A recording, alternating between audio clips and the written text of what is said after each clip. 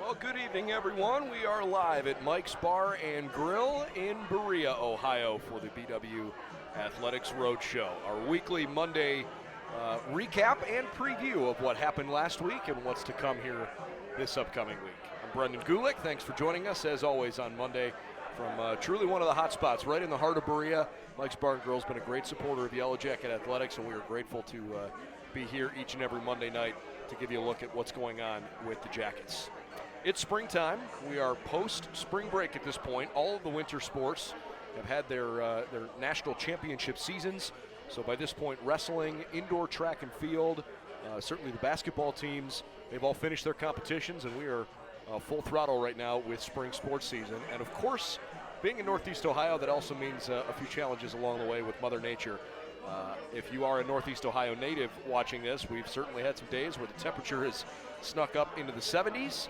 At the moment in Northeast Ohio, it is 27 degrees. So it's been a little all over the board, and that has made for some challenges with the scheduling. So perhaps up front we'll tell you, as always, BWYellowJackets.com is your home for Yellow Jacket Athletics, and all of the latest news and information is posted on the different team Twitter accounts and on the Yellow Jacket website. So check that out for any schedule changes if you're following along with any of the teams throughout the course of the season. Let's take a look back at the week that was before we preview tonight's show. We're looking forward to visiting with one of our women's and men's golfers, and also our new throws coach on the track and field side tonight for the Yellow Jackets. But first, this past week, since we met with you last week on Monday, we picked things up on Tuesday, where it was a busy day with baseball, softball, and men's tennis. The baseball team, which is, by the way, currently ranked 11th in the country, they're having a really good season so far, off to a 13-2 start. They fell at Allegheny, but again, just their second loss of the season. The baseball team has certainly looked good. On the softball side, the Yellow Jackets had a chance to play Geneva. The Golden Tornadoes played them twice, unfortunately dropped both contests by scores of 4-1 and 8-0. The men's tennis team, which is having a really nice season so far, they won 8 of their 9 matches against the Teal Tomcats over on the Pop Collins tennis courts. On Wednesday, the Yellow Jacket men's volleyball program continued their season with a matchup against Hiram, but lost in 4 sets to the Terriers 3-1. And in men's lacrosse, the Yellow Jackets continued a solid spring with a really nice 18-7 win over Chatham, a school out of Pennsylvania. Jackets in that game, let's see, led by 4 goals from Jake Shorling, had 4 goals and picked up 4 ground balls as well, certainly played well. Kyler Byerly had a really impressive performance, and he took a whole bunch of shots. 4 goals, 2 assists, 18 total shots, of which 12 were on goal for Byerly. The Yellow Jackets certainly feel like things are moving in the right direction. Jake Nanoski has continued to look really good. 2 goals and 3 assists in that contest as well. So the Jackets keep moving along on the men's lacrosse side. We did not have any action for you on Thursday, but Friday the volleyball team got back at it against the Little Giants from Wabash, and they beat Wabash 3 sets to none, 25-18, 25-14, 25-19. Jackets in the match were led by Nick Ireland, had 11 kills with a great hit percentage of .526. Nick Mazzoni also performed well, 7 kills, only 3 attack errors for him. And Carson Junker came in, did not start the match, but Carson had a .667 hit percentage with 6 kills on the match. So the Jackets with a straight set victory over Wabash on Friday. Saturdays are usually busy days, but this time of year you never know which games are going to get canceled. And unfortunately, we had at least one cancellation. The women's golf team was supposed to play down at Tannenhof Golf Club in Alliance, but did not have the chance to compete because of poor weather on Saturday. Looking forward to seeing them soon, and we will talk more women's golf here with Leah Metzger coming up in just a moment. The men's and women's track and field team had an unscored meet. They were out in Pittsburgh competing over at Carnegie Mellon. They're continuing along the beginning of their spring season. Women's and men's lacrosse, men's volleyball, and women's tennis all played on Saturday. The women's tennis team had a tough showing, lost all 9 matches between their 3 doubles courts and 6 singles courts at Oberlin. So they fell, unfortunately, on Saturday. Men's volleyball had a tough contest and lost in straight sets to Fontbonne, 25-19, 27-25, and 25-21. Jackets actually had a pretty good first set, but unfortunately tapered off a little bit after that. They just couldn't get much going, so dropped in straight sets there. Men's lacrosse with a nice conference opening win over Capital, 14-9. Jackets won all 4 quarters that they played, led in the game by Jake Nanoski with his 6 goals on 8 shots. Kyler Byerly also had a 3-goal afternoon, and Olin Ferguson scored a couple times for the Jackets as well. It was a 14-9 victory for BW. On the ladies' side, they also played Capital, but didn't find quite the same level of good fortune. Jackets dropped the game by a final tally of 18-5.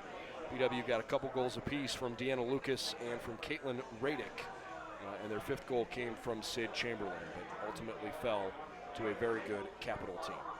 So that recapped Saturday, and then unfortunately on Sunday, more tough news for the golf teams. They were not able to compete because the weather was not particularly friendly this week. Ladies, again, were unable to play down at Tannehoff in Alliance. On the men's side, they were supposed to play Highland Park Golf Course, which is not terribly far from John Carroll, just up the street, in fact, over in Highland Hills on the east side of Cleveland, but unfriendly weather there as well. So that's your week that was. We certainly had some good performances, and looking forward to another fun week as March will come to a close here just a few days from now. We'll get rolling into April, and typically that means a little bit more promising signs for the Yellow Jackets. All right, without further ado, let's bring in Leah Metzger, our first guest of the night.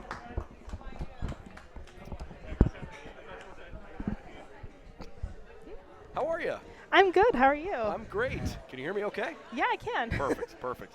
So Leah is a senior. She's from Ashland and a biology major for the Yellow Jacket women's golf team, which I just mentioned, unfortunately, not able to compete this past weekend.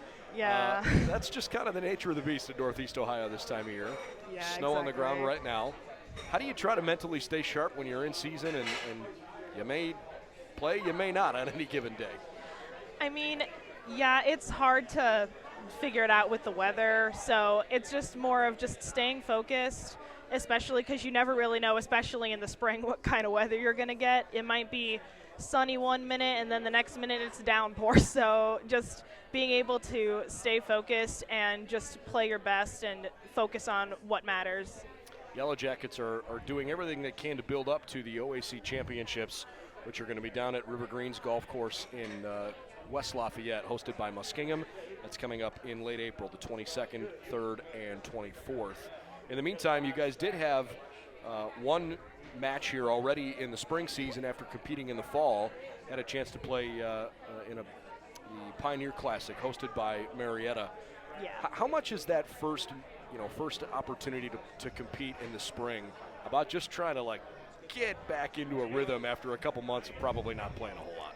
Yeah, it's definitely tough, especially because we are an outdoor sport, so it's very hard to be able to practice outside and get to learn how to play in those conditions, and especially for some of our younger players who have never played in the spring, it's definitely a big change. So especially with the weather we've been having recently, we really weren't able to get out and practice in the right conditions until a week or two before. So it was definitely interesting, but I think we did a pretty good job considering a lot of our players, again, haven't played in those conditions. And I think if we just keep practicing, we'll be able to get out there and do even better. Second-year head coach Andrew Edgar leading the program now, and I suppose there's always that honeymoon phase early on. You got a new coach, you're trying to figure out how you fit on his roster, and he's probably trying to figure out what he has in the team. But now that it's a second year in the program and they're a little bit more of a feel for each other, give me your impressions of Coach. Well, I know he came my sophomore year, so I had only had 1 year with the previous coach, and so it was kind of still a new experience for me as well. And I knew immediately after the first practice that he was going to be a really good coach for me and for all of us.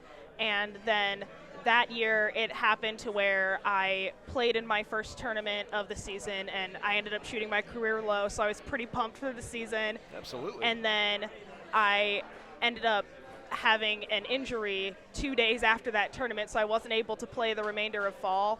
And coach was really supportive and was willing to do whatever he could to help me out, even though we barely knew each other. And that's also kind of how I knew that he was not only supportive in our golf game and how we play as a team, but how we gel as a team and how we all have to kind of look out for each other in especially times like those. Give me an idea of some of the places you really like to compete up in Northeast Ohio, because I think one of the things that's particularly enjoyable, even just on the recreational side, let alone the competitive side, there's a lot of really, really good accessible golf courses that aren't terribly expensive to the general public. I don't think Northeast Ohio gets enough credit. Maybe it's just because the golf season tends to be a little shorter. But the quality of course in Northeast Ohio has been really good. Yeah, no, I definitely, I really enjoy some of the golf courses that we play out as a team, for tournaments.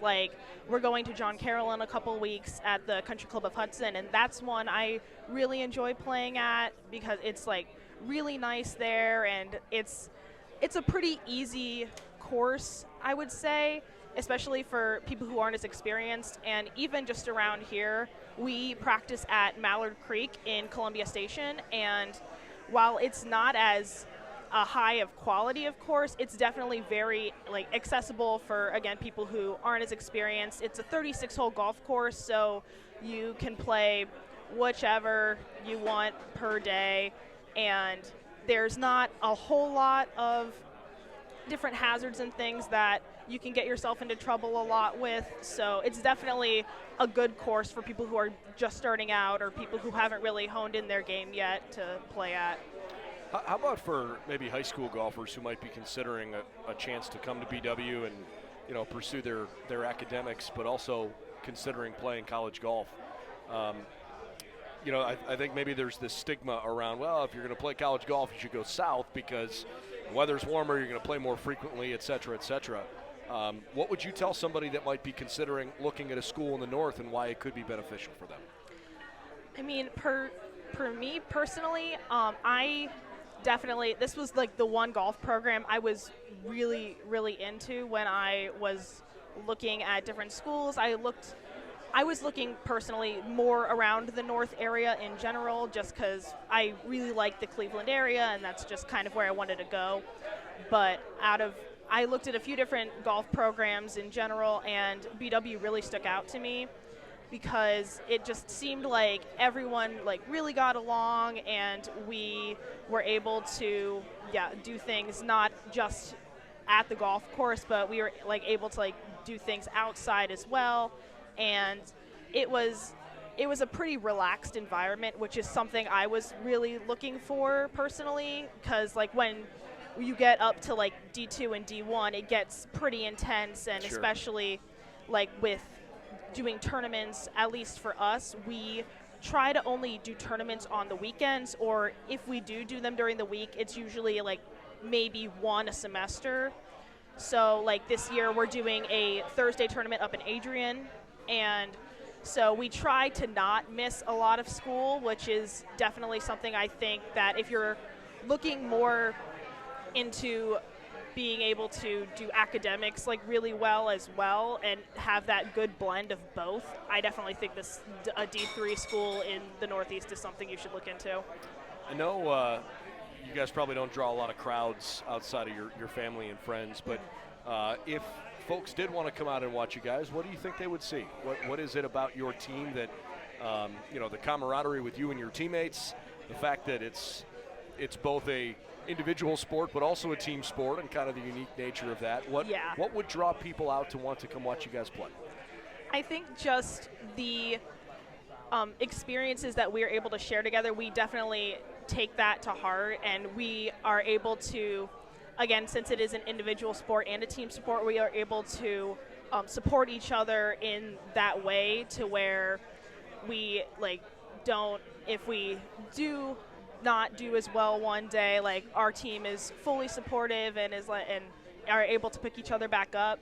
And just at least when I and the rest of my team go out, it seems like we always have a really good time, no matter how good or bad we do that day. And I know one thing that we do differently than most schools is whenever we play where it's not a shotgun start and you all start, and so you're all back to back, the people that start first, they wait for everyone to finish, and we're always all there. And that's something that even other teams in the OAC have always complimented us on, and like really acknowledged that we're always there to support everyone on our team, no matter if you're on the varsity spots, the top 5, or an individual. You all matter in our team, and we all support each other. That's really cool.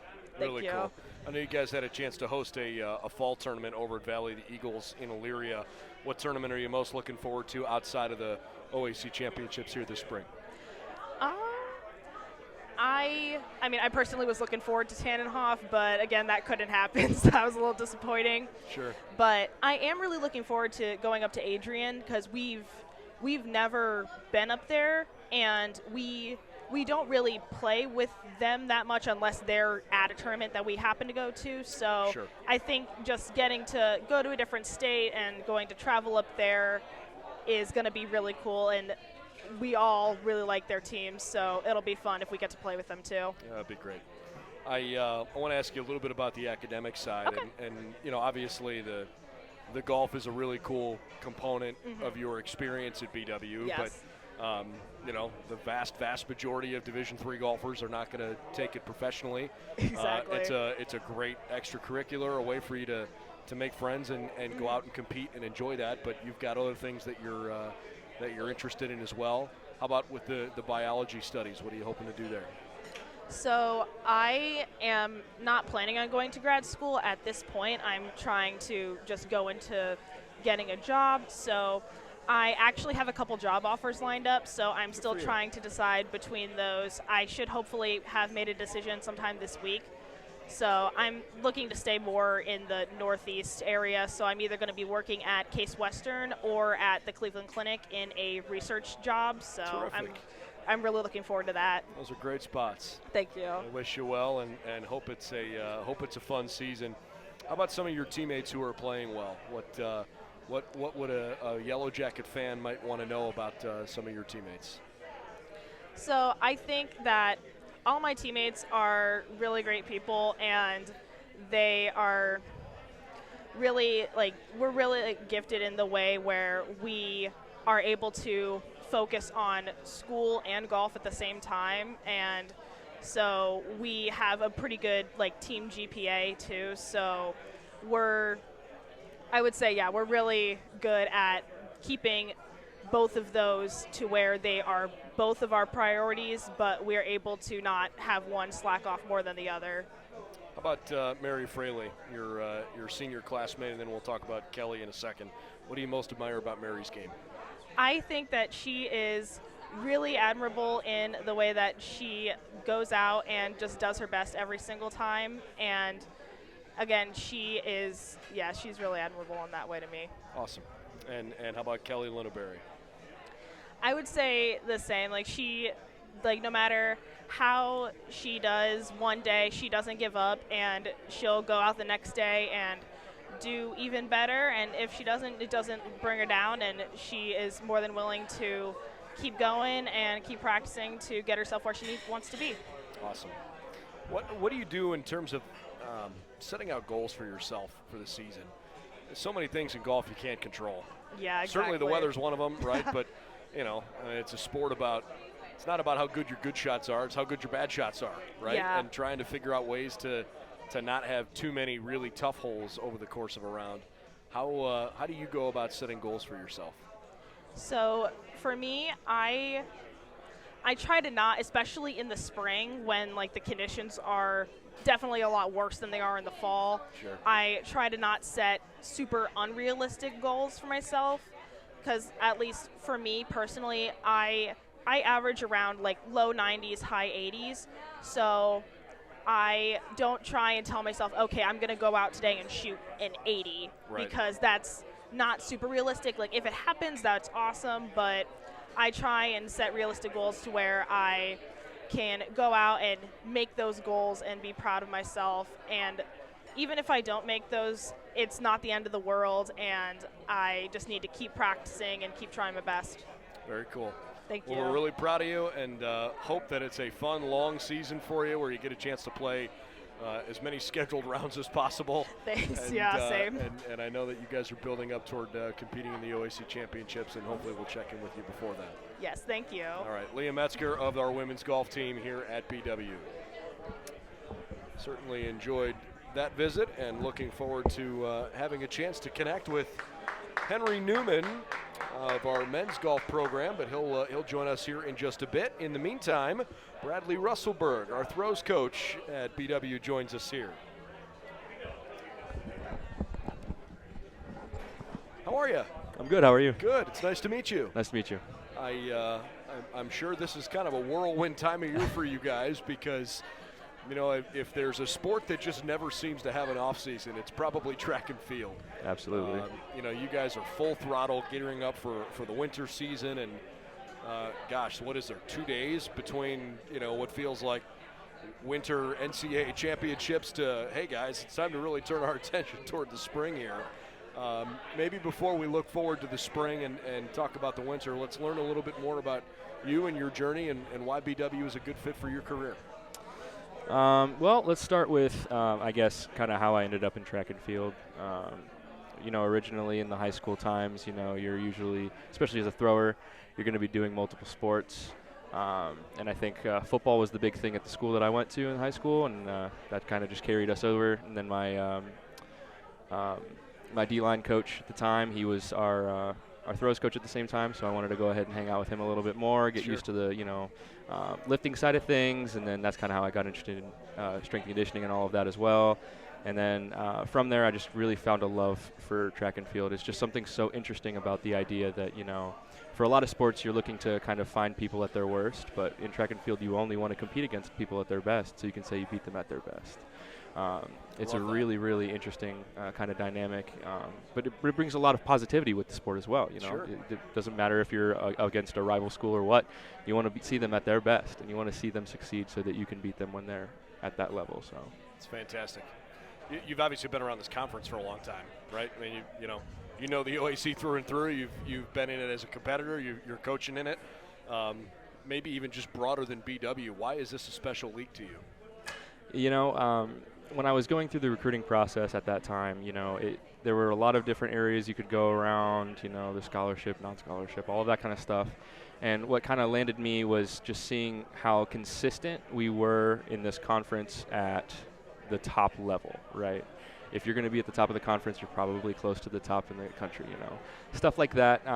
And then being able to compete at that level consistently every single year, because that means that being at that kind of top 3 level means that you mean something to the entire nation. And I think when you carry that into just the everyday, it doesn't matter where you kind of fall, you're always being against those kinds of people. You can find a national champ, national qualifier, kind of anywhere. So just being against kind of the top of the nation really, I think, kind of stands for itself there. I had a chance to visit with lots of different coaches, and I love to ask this question just to kind of get different perspectives on chemistry between coaching staffs. Right, you've got a coaching staff here that I would argue has achieved an awful lot. Absolutely. I mean, geez, Joe and Jordan in particular, both cross country and track. This is one of the better programs across the OAC. And to your point, the OAC is pretty consistently putting out talent, whether it's in track or in field, that ranks right up there in the top of the country. I'm just curious how much, when you went through your process of saying, hey, okay, where's the next step for me, how much of that decision for you was about cohesion with your colleagues on a coaching staff? That's a great question. You know, the biggest thing when it comes to being within a coaching staff is communication and making sure that that's a number one. I've been in different staffs, whether it be, you know, internships or full-time staffs or part-time GA-ships, where you're going back and forth between where you're getting your information from and finding people that either say yes to you all the time, or, you know, just assume that you know what you're talking about and they just don't go through the motions with you, or finding people that maybe you don't agree with all of the time, but you learn more from that experience than anything else. And I think both Joe and Jordan both do a really good job of communicating with me and getting us to a different perspective every once in a while, right? If I come from my background, something a little different, and they have their own perspective, we can come down to a really good conclusion that I think molds very well for the situation at hand, given whatever it is, strength and conditioning, or just talking about general training stuff, or recruiting stuff, anything like that. Give us an idea of how in the winter season, how you went about setting goals for all your athletes, kind of figuring out, hey, which of these are a reach, which of these might be maybe more attainable, right? Yeah. Figure out ways to feel like you're seeing progress, and then, hey, how far can we push this thing? Knowing that you got the deadline of conference championships, national championships, and then going right into the springtime. Yeah, there's with that, there's a lot of little hurdles you have to first get. Especially with a group so young that I have right now on the throws side. The biggest thing that we can make sure that they're getting is seeing development day in and day out. Whether it be a further mark or whether it's just the one thing that we focused on with their technique within practices and stuff like that, making sure that they're seeing some sort of improvement like that. That's just the little victories right there. Obviously, we try to peak everything towards one specific time period, like you're talking about, whether it be the national championships or any of the conference championships, all Ohio, those kinds of championship meets. It does matter, but at the same time, I think the biggest thing to make sure that we're focusing on is just the little victories first, making sure that we're starting from where they're kind of buying into what we're doing first, and just making sure that we keep moving in that right direction. And are you happy with the way the winter went? I would say so far, yeah. There's always more that you want to achieve, right? Sure. You're happy but never satisfied. Coming from kind of coming in, I want to say on the men's side, I had a freshman that was looking, Mason Kiesel. He was coming in closer to top 10, top 15, and he left shot put record in the top 3. It was awesome to see. It was awesome to be a part of, and obviously, Abby's had a lot of success in the shot put as well. Seeing her kind of climb the ladder there to that number 1 spot finally, and really breaking through to that 13-meter threshold and getting close to that top 20 mark for the national marks is awesome. It's a lot to build on to the next part of the year, but it's also kind of a daunting task moving forward, because now our standards only get raised. They never lower. I think BW is a great place for 16, 17, 18-year-old kids that are thinking about college track, because when you're competing in track and field, there is certainly a team component to it, right? Absolutely. But there's also a pretty individualized nature to your event. And there is such a proud tradition of track and field at BW. And everybody kind of, goes back to Harrison Dillard and sort of how that is kind of the thing you're hanging your hat on as a program. But to me, it's so much more than that. And, culminating in a national championship in the indoor season, several years ago now, but not really the too distant past. I get the impression that, especially in the Ohio High School Athletic Association, the track community takes Baldwin-Wallace pretty seriously when it comes to, hey, I think I might want to go compete there. Absolutely. What are your impressions when you talk to recruits what are your impressions of their impressions of the program, if that makes sense?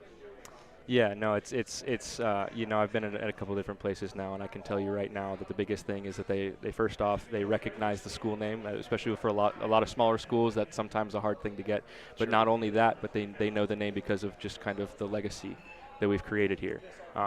Not only just as a school and as a program, but just even specifically on the throw side, it's something where they know that they're coming into something really, really special. For me, that means that I've got some pretty big shoes to fill. But I mean, at the end of the day, I think legacy kind of carries through, and we're doing pretty well. So we're going to keep continuing in the right direction there. That's fun. Yellow Jacket schedule here moving forward. Starting this weekend, they'll be at Oberlin on Saturday morning. A chance to compete down in Central Ohio at Ohio Wesleyan. The following week, Saturday the 9th. The next weekend will be the All-Tiffin Track Carnival, Friday and Saturday, hosted at Heidelberg, where you certainly spent quite a bit of time. The following weekend, the Jackets will host the 52nd Sparky Adams Invitational. That'll be on Saturday, April 23rd, and that is basically 2 weeks before the Yellow Jackets get a chance to host the OAC Outdoors this year, and a chance to go up and compete at Hillsdale and Michigan in between, and then the NCAA outdoor meet after the Harrison-Dillard Twilight. The NCAAs are here in Northeast Ohio over at Spire. It's certainly projecting to be a fun spring. Absolutely. Why don't you kind of run through your roster here and maybe start on the guy side of just some of the athletes that I think Yellow Jacket fans might find entertaining to watch. Absolutely. Like I talked about earlier, we've got on the men's side to start somebody who just kind of really blew up onto the scene a little bit from their freshman year, coming in with a state qualifier, doing all of that kind of stuff. So they already had kind of their own standards set, especially as a freshman. But coming in as a freshman record holder in the shot put already, Mason Kiesel, he's doing a great job. Coming from a powerlifting background and kind of being a football guy too, he kind of really fits my kind of my vibe as well. Love that. I think John Haberman, he's just been developing like crazy. He's I think he's a junior now on the team. Just a really strong guy who's really bought into kind of the new technique stuff that we've been building, and he's just been really blowing up there. Obviously, senior Jake Mantle, he's been doing great coming from football and just kind of really kind of developing himself into that regard. Really had a stellar meet just this past week at Carnegie Mellon University, and I'm really excited to see how he finishes off his career there. There's just so many of them at this point. There's a lot to talk about, but I think I'll just keep it with those three for now. On the women's side, Abby is always a great one to watch in the shot put. She's such a dominant force. But also at the same time, I think new freshman here, Beth Schultz. She's come in and she's doing a lot of really, really cool stuff now. I think she could be one of the top people to look at, especially coming into this outdoor season, going into the next indoor season. I would hang my hat on that one for sure. And also Emily Torres. I think she's a Berea Mid-Park girl, so she's going to be a hometown hero for sure. And I think we're going to see a lot of cool things coming into the conference season from there. Love that. How about the way that maybe the guys and girls that you coach directly, trying to get an idea for the support for the team in general. Had a couple of young ladies compete at the national meet in the 1 mile. Absolutely. And maybe how your group is able to really back and support, the distance runners or the sprinters, right? Yeah. In the same way that you hope they are going to turn around and support you guys. Yeah, the biggest thing with us is, we get done at a certain time, and then from there, it's all we're doing. And every once in a while, for a lot of meets, you're not competing in every single event, so you're going to have some downtime between events, and you can go right over. And kind of the best part about being a part of Baldwin Wallace and the Yellow Jackets now, I've seen it in the past from the other side, is how rowdy we get for our teammates no matter what's going on. And it's not anything like you'll ever experience until you see it for yourself at those meets. But it really does just create such a positive environment, and I really hang my hat on that. I make sure that our kids know that I want them to be loud, and I want them to be proud about being a Yellow Jacket. Really cool. Absolutely. Really cool. Well, we wish you a ton of luck and good fortune here this spring. It's especially fun having the facility that you guys have, a great indoor facility to try to be at your best for the indoor season. Not everybody has that, and then certainly, a historic, terrific outdoor track, and you're going to use it a couple of times this spring in competition beyond just the practice field, and hoping that it's a short trip with a lot of jackets on the bus over to Spire coming up here in a few weeks. But it's great to meet you, and I hope it's a really fun spring for you. Yeah, thank you for your time. All right, Appreciate Bradley it. Russelburg, the new throws coach here at Baldwin Wallace. Do we have Henry in the building? I think we do. All right. So we've moved from track and field over to the golf course, where Henry Newman, a senior from Broadview Heights, is ready to join us. Henry, how are you? Good, how are you? Good, I'm Brendan. Nice to meet you. Nice to meet you. Thanks for spending some time with us. Oh yeah, appreciate you having me. I'm glad to be talking golf. We had a chance to visit with one of your classmates on the ladies' side, Leah, just a little bit ago. But Oh yeah. obviously a similar deal in the sense we're talking golf, but a different team. Why don't we start maybe in just kind of your journey to BW? Had a chance to grew up in Northeast Ohio, and you went to Padua and found that BW is the right fit for you. Yeah, so I committed here for baseball my senior year of high school, and then I got hurt and just fell out of love with the game, and then switched to golf because one of my buddies that plays on the team, Logan Brash, is one of the other seniors. He was hitting me up and telling me, like, hey, like, we might need a guy, like, you can come out. So I came out and then stuck from there. What's the energy and the cohesiveness like on the team here?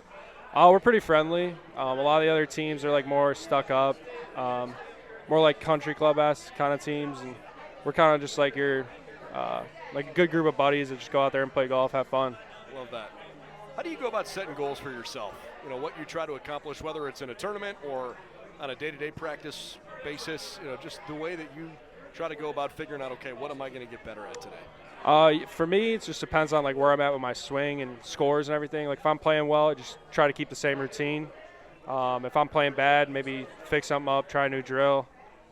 Mainly like short game, stuff like that. But goals-wise, just try to set it at like different scores.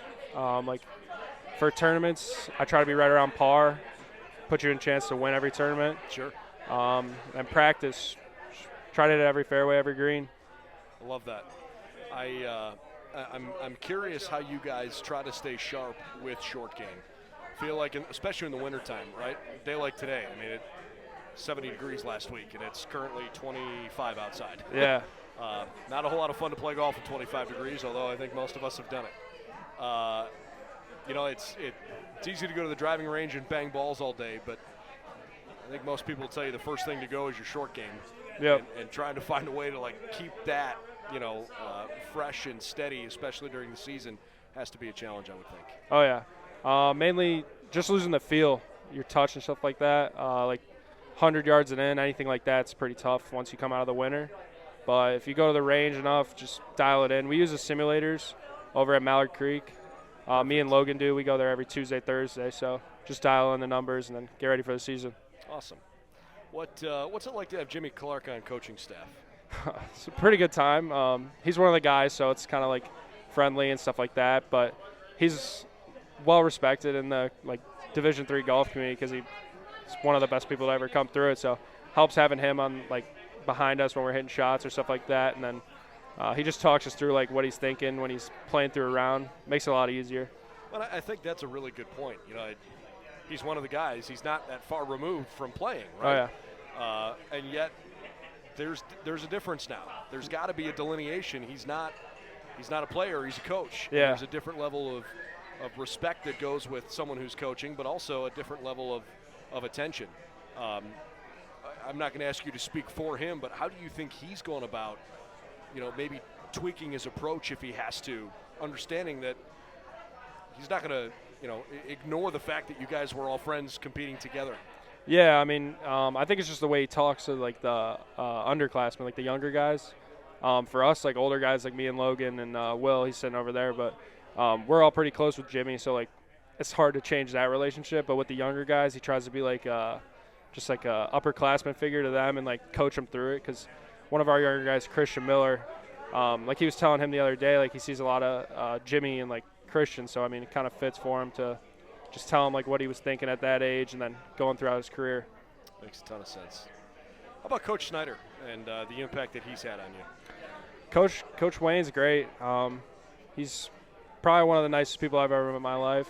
I think most people would say that. Yeah, you can't really go wrong around him. We'll be playing, hit a ball in the woods. He's like, can't get worse than that, so just play better from there. It's pretty easy to play well around him.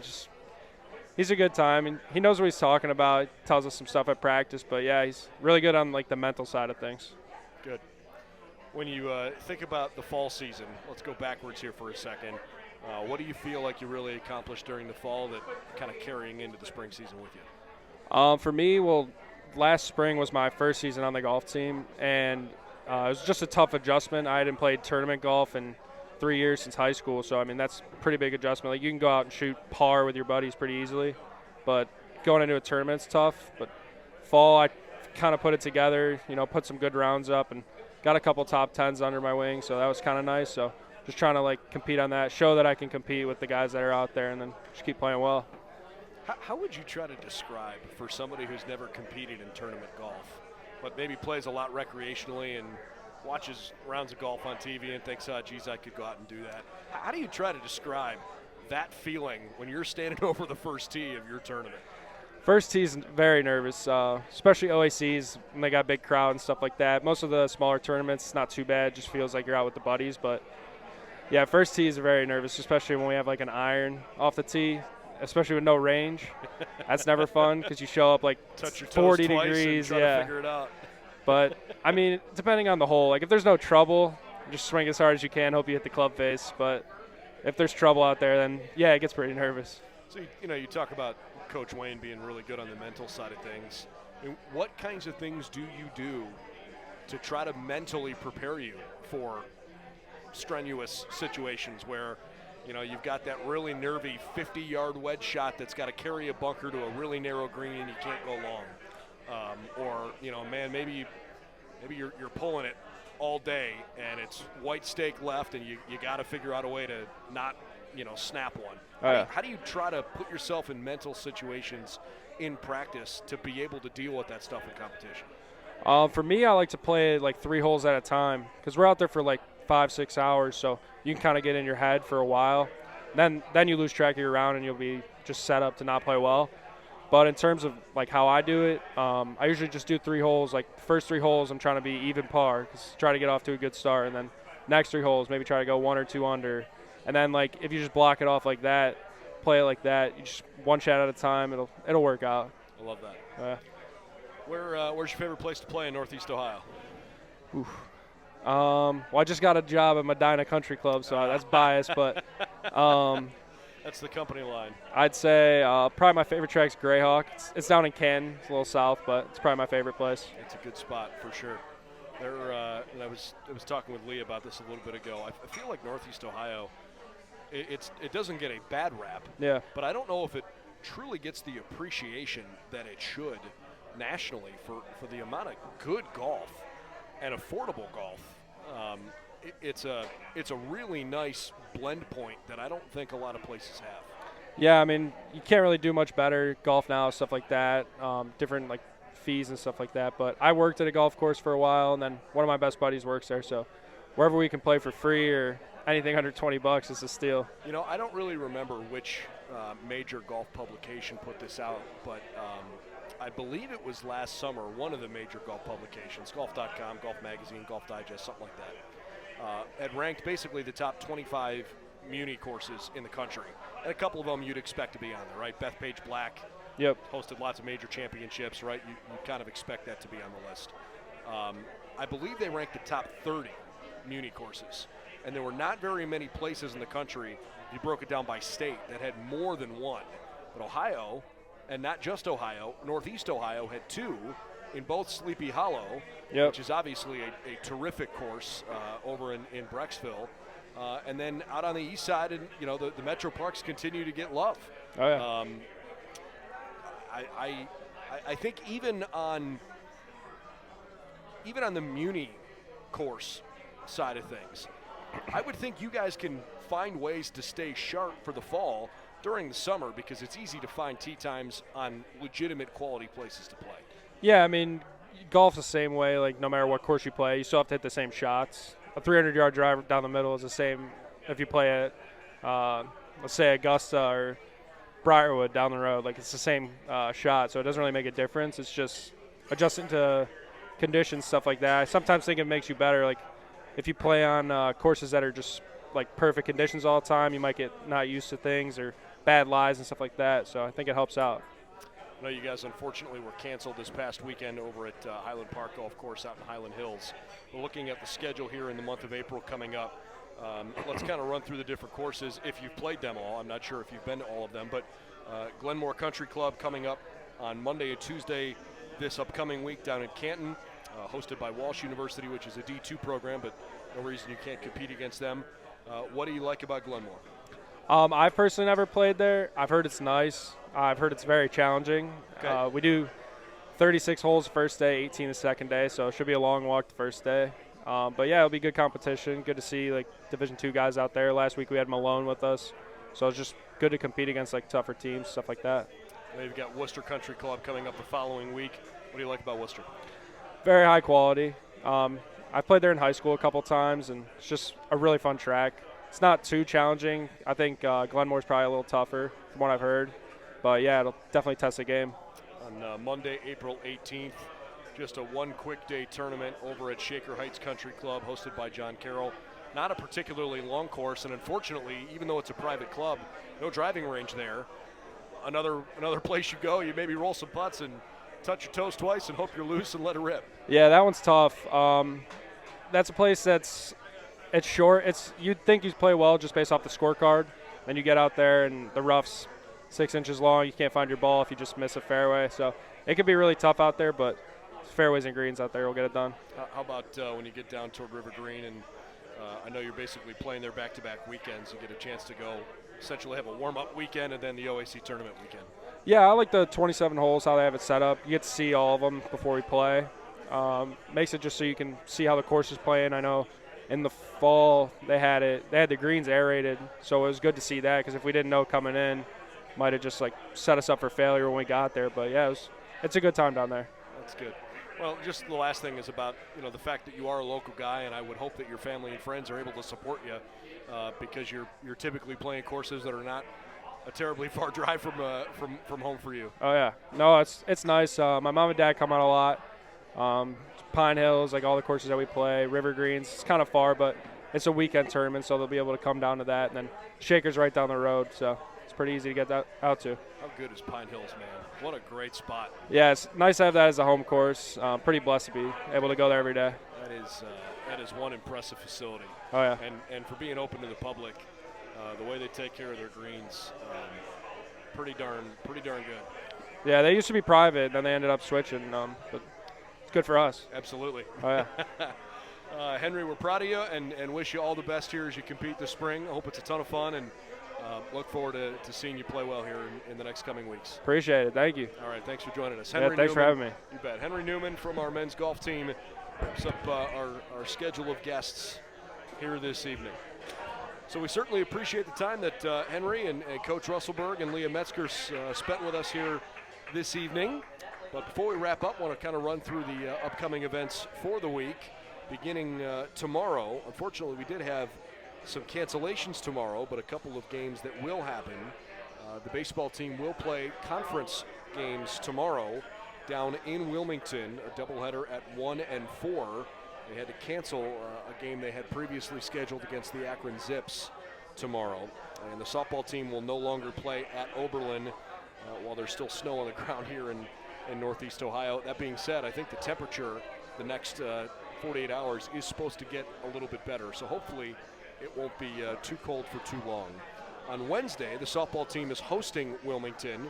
So looking forward to the Yellow Jackets getting a chance to compete at home and get rolling with conference play there. On the baseball front on Wednesday, Worcester is in town. It's just one game against the Fighting Scots at 4 o'clock over at Fisher Field.